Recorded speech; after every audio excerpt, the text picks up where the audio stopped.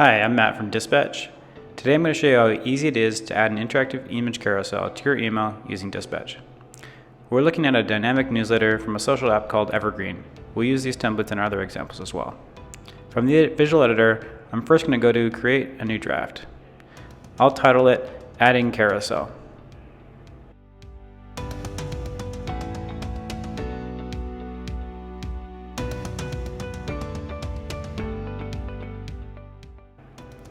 Next, I want to swap out the hero module to something a little slimmer.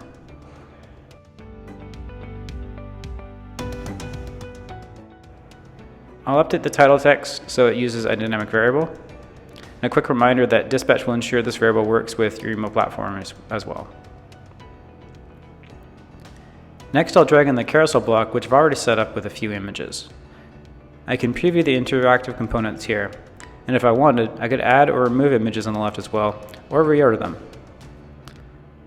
After saving my work, I want to see a device preview. Dispatch works with Litmus and can generate previews on hundreds of devices, but today I just care about the iPhone. One thing to note in the previews is that we're going to see all the dynamic data populate as well, which I'll highlight once the preview loads. Here we go, our previews are ready.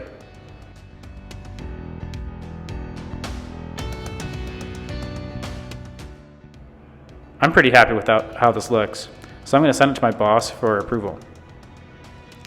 Once it's been approved, it's just one more button press to upload the email ready to send to my email service provider of choice. Thanks for watching. I hope this helps show how easy Dispatch makes this. To see more, check out our website, www.dispatch.io. Until next time.